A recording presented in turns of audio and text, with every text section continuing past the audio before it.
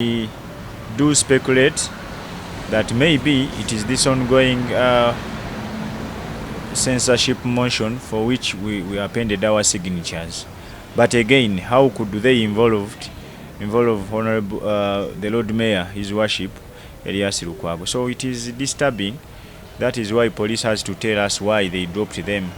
For some of us are just guessing.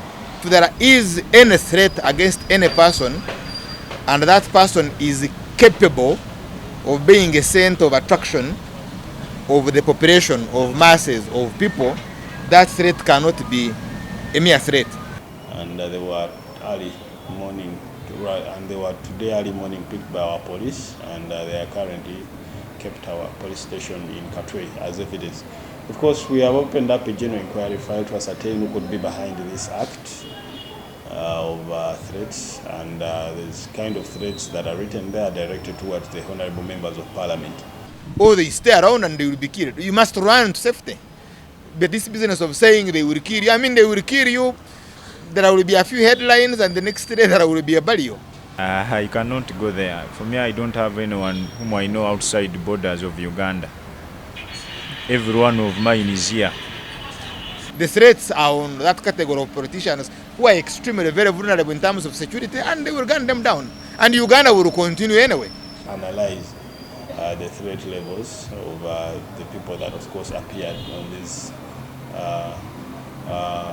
leaflets, and also our DPCs where these people reside have taken up issues of patrols in the areas and also ascertaining their well-being.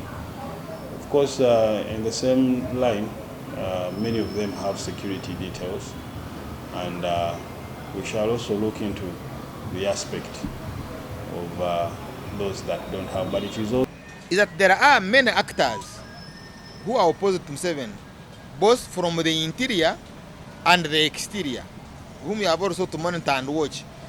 And then there are also other covert operations which are also counterinsurgency operations. So I don't consider these as mere threats.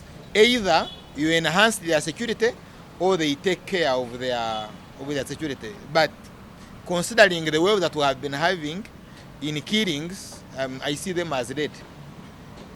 That the National Resistance Army tortures is an established fact, because there are cases to prove that. But you can't say you're going to censure a minister because the minister has stopped you from going to a safe house. Because if they are safe houses, they are for security. They are not supposed to be visited by every Tom, Dick, and Harry. But these guys just simply want attention.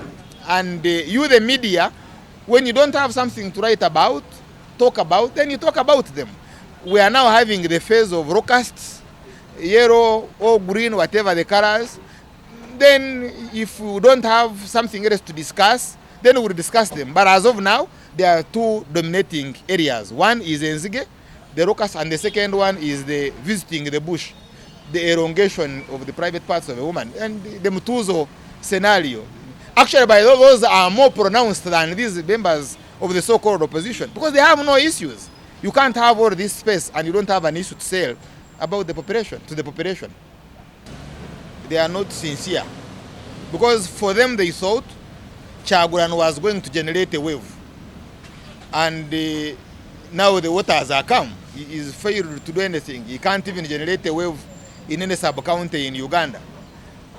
They therefore want all groupings that are opposed to Museven to announce that they are behind Chaguran. Because if he is a wave, if he is a very powerful wave, if he is really tied, then why bother about Mao? I've just been submitting.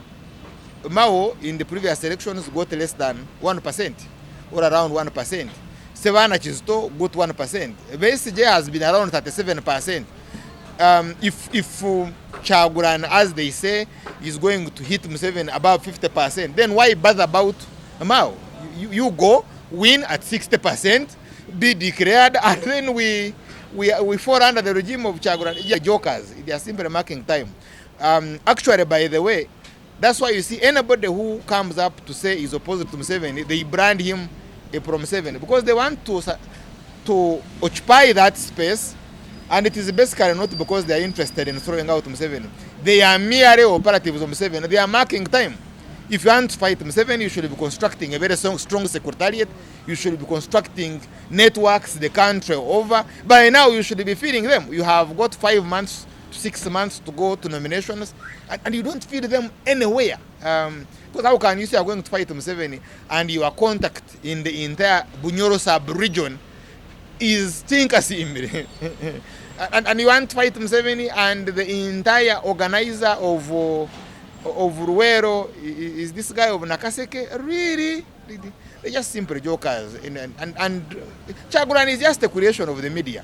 That's how he was even able to take Kyadondo. By the way, even Kyadondo he took was not NRM. You can't say that Mao Kyagulanyi defeated NRM. That was an FDC territory. So if this spokesperson of Kyagulanyi takes Nakawa from an FDC operative, then would you say he has run?